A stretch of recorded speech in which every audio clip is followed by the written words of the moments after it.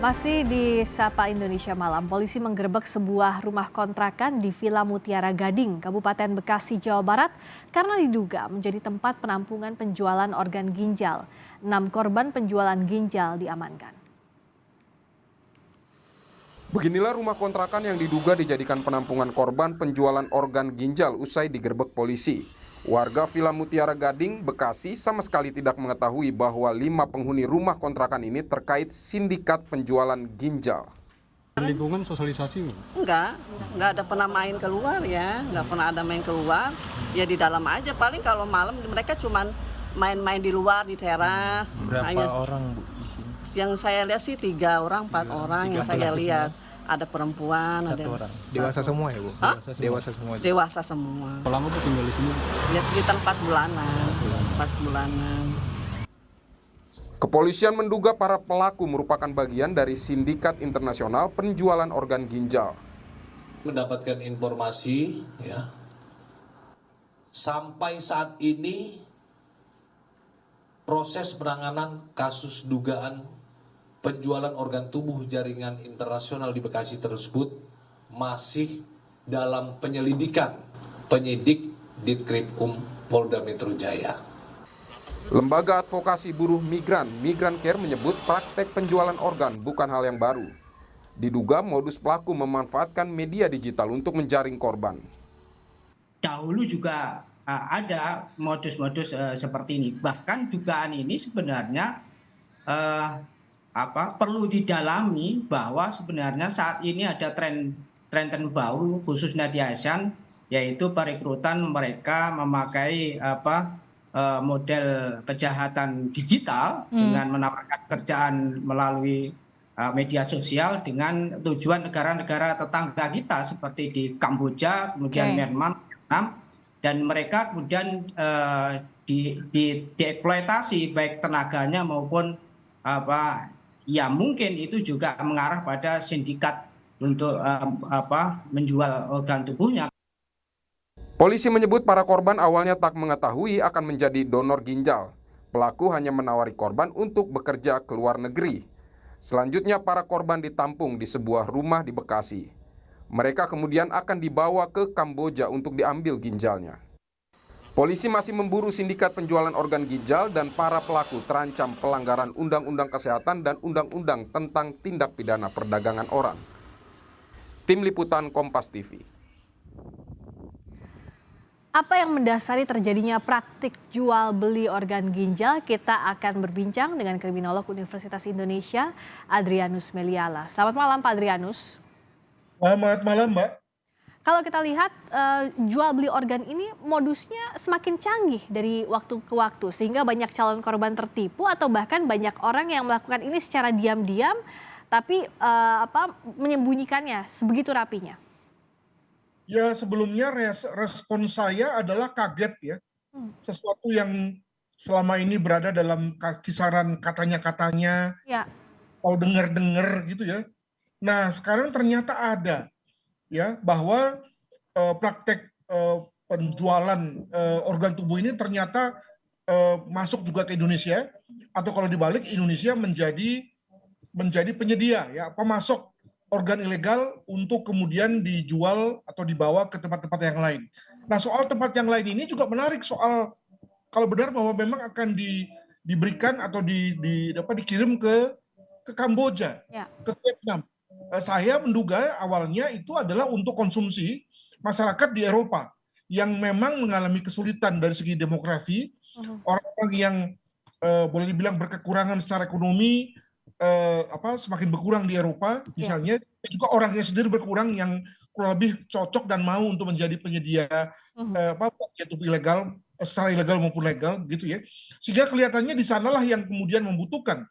Tapi kalau kemudian bicara mengenai negara sesama negara ASEAN, itu juga mencerminkan bahwa kelihatannya ada yang berubah dari segi ekonomi, dari segi kesehatan di negara tetangga, sehingga kemudian membutuhkan ya pasokan dari kita, dan kita lalu menjadi negara yang dianggap sebagai lebih banyak orang yang bisa menjadi penyedia. Nah, di sini memang ada kaitannya juga dengan soal sosial ekonomi, Mbak. Ya. Nah, hampir semua mereka-mereka yang bersedia ya, bersedia ini juga bisa tanda kutip ini ya, apakah bersedia secara terpaksa atau tidak. Yang pasti ada alasan ekonomi dalam rangka menjual ginjal mereka kepada orang lain. Demikian.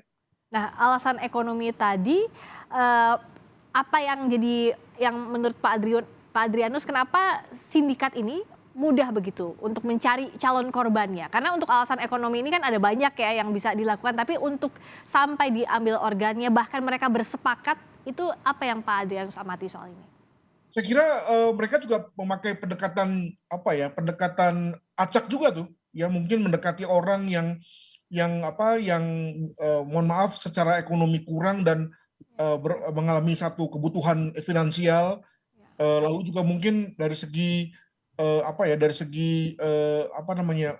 mungkin badannya juga, saya tidak bisa bilang secara medis, tapi mungkin bagi mereka yang memang sudah sengaja memilih-milih orang, lalu kemudian membuat satu profiling siapa yang kurang lebih cocok untuk diambil ginjalnya. Apakah memang harus orang muda, orang yang berbadan fit, atau mungkin sebaliknya orang yang mungkin cukup tua misalnya, sehingga lalu kemudian berpikir dari segi bahwa ya sudahlah, dalam rangka menyenangkan anak, maka jual ginjal saja satu lah begitu ya, untuk kemudian lalu punya duit cukup banyak untuk membuat keluarga senang. Mungkin begitu cara pertimbangannya. Saya kira itu wawancara mereka nih untuk mengetahui bagaimana memilih orang yang tepat untuk kemudian didekati. Mengerikan sekali ya iming-iming ini ya. Akhirnya banyak juga korban yang terjebak untuk menjualkan atau untuk mendonorkan organnya secara ilegal. Tapi bicara soal pidana, yang harusnya masyarakat ketahui bahwa ini termasuk pidana ya Pak Adrianus, meskipun misalnya ada kesepakatan antara penjual organ ini dengan yang menampungnya, begitu. Bisakah dikatakan ini pidana, bisa dikenakan juga pasal untuk dua-duanya?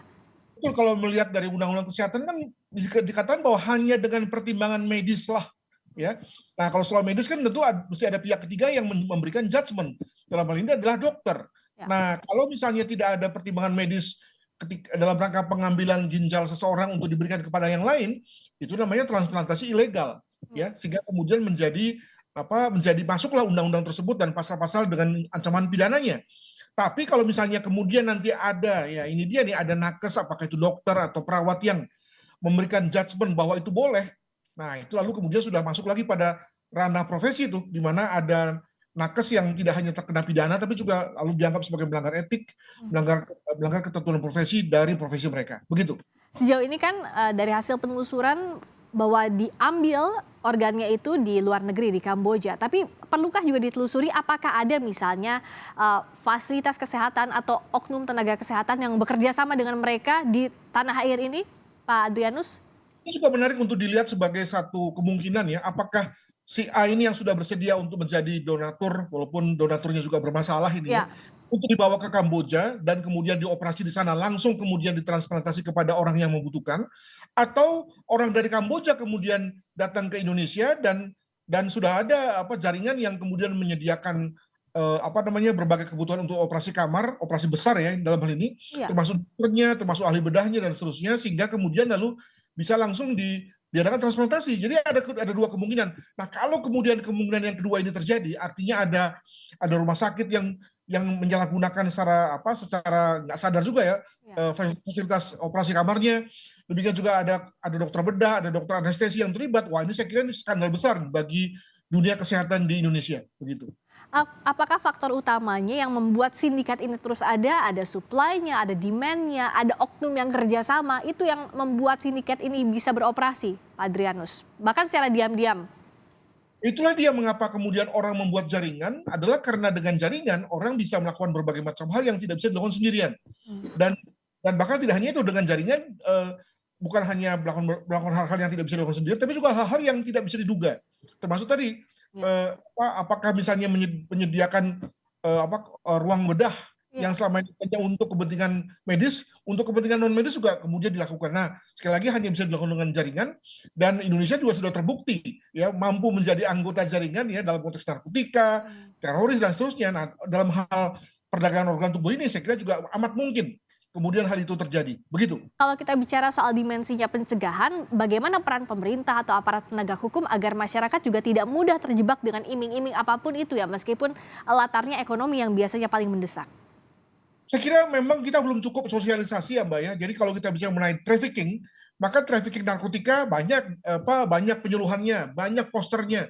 Kalau trafficking terkait dengan migran, tadi juga ada teman dari Migrant Care, sudah banyak sosialisasi. Tapi trafficking terkait dengan organ tubuh praktis belum ada. Maka alhasil kemudian ada saja pihak yang tergiur, ya, lalu tidak lupa dengan implikasi negatifnya dan main iya saja terkait dengan mendonasikan organ tubuhnya secara di luar kebutuhan medis. Begitu. Yang jelas kasus ini harus diusut tuntas jadi pintu masuk untuk mengetahui sindikat penjualan organ ini yang akhirnya ditemukan. Terima kasih Pak Adrianus, kriminolog Universitas Indonesia Adrianus Meliala.